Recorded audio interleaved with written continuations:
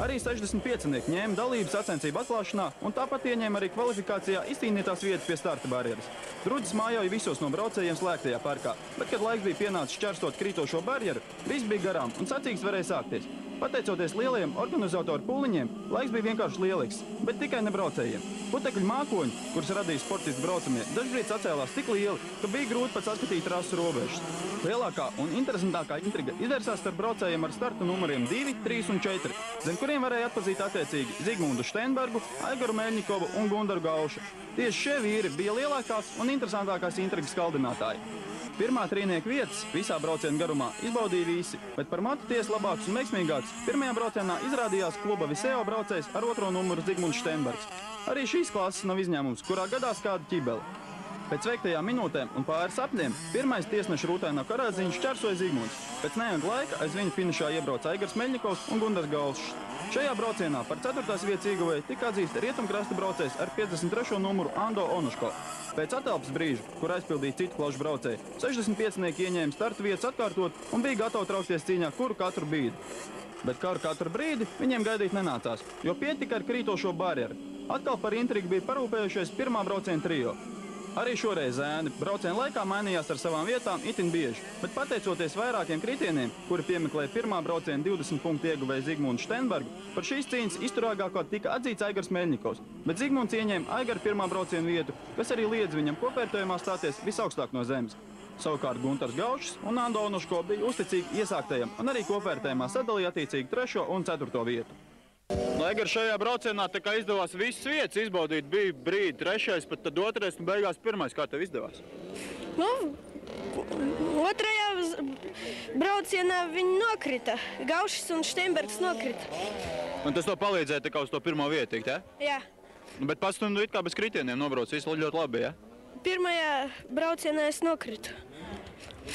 Un kurš atbrauc 1. braucienā? 2. Un tagad 1. un kopvērtējumā tu būsi 1. vietā, Jā. ja? Es laimīgs par to? Jā.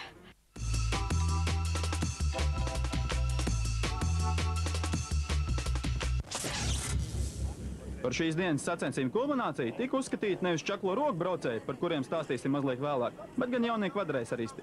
Lai gan dalībnieki šajā klasē bija vismazāk, un proti tikai 5, azarts un cīņas pars netrūka nevienam no viņiem, jo galvenais mērķis viņiem bija nobraukt visu distanci. Slēgtajā parkā vēl jūtams apjukums un mulsums no lielā līdzjutēja pulka. Bet stājoties uz starta līnijas, viss tiek aizmirsts, un primārais ir gāzes rokturs, kuru nekautrējās lietot neviens no šīs klases dalībniekiem. Ārpus konkurences palika braucējs ar vislielāko motociklu un visātrāko braukšanu, kurš arī izcīnīja uzvaru, bet pārējie par šo iespējīgo pārsvaru nebija sakraņķējušies. Un piedodam gāzīti braucamajiem, cik nu kurš to spēja, pēc trases līkums un tramplīns ar lielu apņēmību. Lai palīdzētu saviem braucējiem veikt distanci ātrāk un drošāk, dažus no viņiem trasē pavadīja arī tētis. Lūk, kāda ātruma valdīja Elkšņos. Līdz startam braucēji bija nolēmuši nokļūt visiem spēkiem, un citi, neizmantodam tēva palīdzību, lika lietā savu balsi sevis uzmundrināšanai, kas ļoti palīdzēja. Ja par sacensību kulmināciju varēja uzskatīt šo klasi, tad par šīs klases kulmināciju bija uzskatāms pats jaunākais Latvijas motobraucējs Artūrs Mickevičs, ja vienkārši tautās saukts Čiekurs. Neskatoties uz 2,5 gadiem, jā, tieši tik ir jauns Čiekurs, Artūrs veica distanci pilnībā, bet galvenais bez nevienas kļūdas. Tas bija lielisks sasniegums. Pēc lielā brauciena lielajiem braucējiem bija jāpārģēb krosa drēbes, kā jau tas ir pierasts lielajā sportā, jāsniedz ekspresa intervija, par kuru Čiekurs nebija lielā sajūsmā. Artūriņ, kurš no braucējiem tev vislabāk patīk? Nu, saki, Artūriņ. Artūr, ja tu pateiksi, tad redz, ko mamma tev iedos. Serģis, vai tev nepatīk?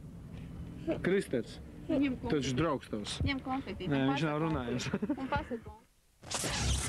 Nezinātājiem izbrīna radīja trasē izbraukušie braucēji, kuri sēdēja uz pašdarinātiem mopēdiem. Tagad viņi visi dēvēja par čaklo roku braucējiem, jo mopēdi patiešām ir darināti braucēju vai palīgi rokām.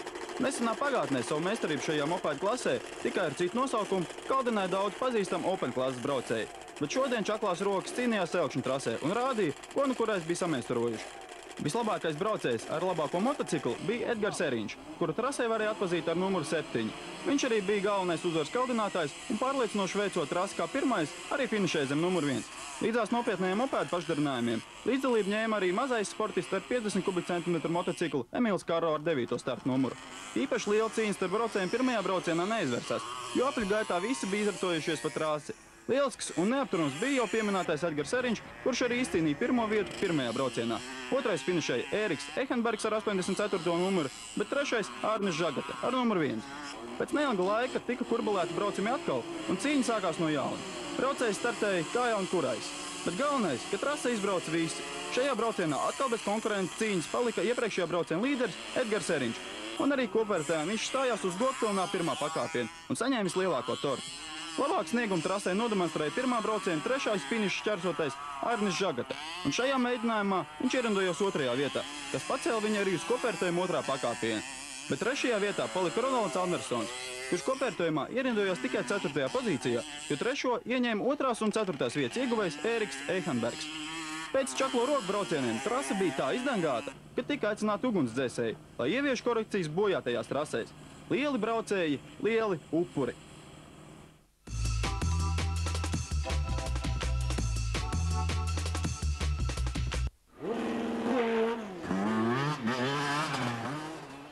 Svētdien, 23. maijā, Apes mototrasē risinājās vēl nepiedzīvot mēroga sacensības. Uz tālo un pārsteigumiem bagāto trasi bija sabraukuši braucēji no dažādām valstīm.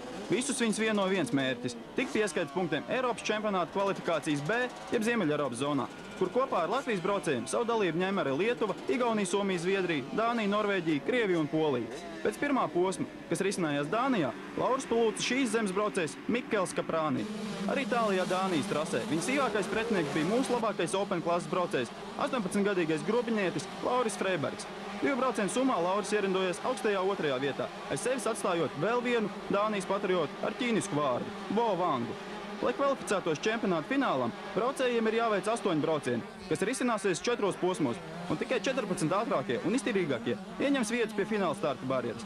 Apē notika čempionāta 2. posms, kur 2 braucienu summā braucēji tika vēl pie kvalifikācijas punktiem. Sacensības padarīja skatītāks tas, ka no 28 sportistiem, kas stājās uz starta barjeras, Latvija pārstāvēja 14, un pie ieskaits punktiem netika tikai 5. Kā vienmēr, lielisku sniegumu trasē kvalifikācijas laikā demonstrēja Lauris, izgriežot pogas sacensību līderim Mikēlam Kaprāni. Pēc ilgākas gaidīšanas tika dots starta signāls, un Apes trases lielos kāpumus un kritumus devās iekurot visi 28 braucēji. Lielisks starts padevās čempionāta līderam Mikēlam Kaprāni, un pirmos 2 apļus viņš nobrauc zem līdera karoga. Bet mūsu Lauris viņam kutināja nērus braucot visu laiku aiz viņa, un pie pirmās izdevības, kas viņam radās 5. aplī, Lauris pārņēma vadību savās rokās, un turpmākos 5 apļus brauca visiem pa priekšu. Taču līderu garšu viņam neizdevās izgaršot ilgi. Jo jau 10. aplī slēdzot pārnesumus, Lauris nenostrādāja ar sajūgu, un viņa braucamais noslēpa, ko veiksmīgi izmantoja Kaprānī tautietis Bo Vangs. Atlikušajā distancē Laurim neizdevās apteikt Bo, un finišā 20 punkti Bo Vangam, 17 Laurim Freibergam, bet Kaprānī 15. Par prieku visai apē 5. vietu izcīnīja Mairis Levants. 2. brauciens sagriez visu kājām gaisā un nostādīja savās vietās.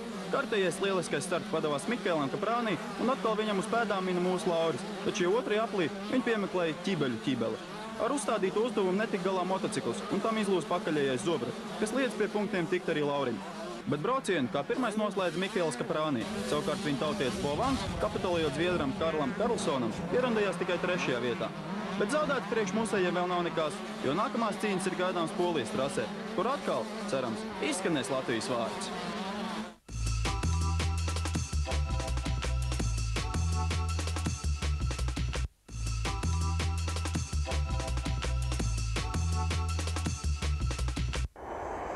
Motorēvija. Par šī raidījuma lieliskiem startiem bija parūpējušies visi jaunie sportisti un pati Elšņa trase. No mehāniskā samta par sevi stāstīja Raivo Freibergs, bet nākamreiz viņa vietu ieņems Mārtiņš Aleksandrovičs un Motorēvijas rēvija risināsies Saldū. Ja vēlaties nepalaist garām arī ķibeles un izboksu stāstu, skatieties Motorēviju jaunadēļ.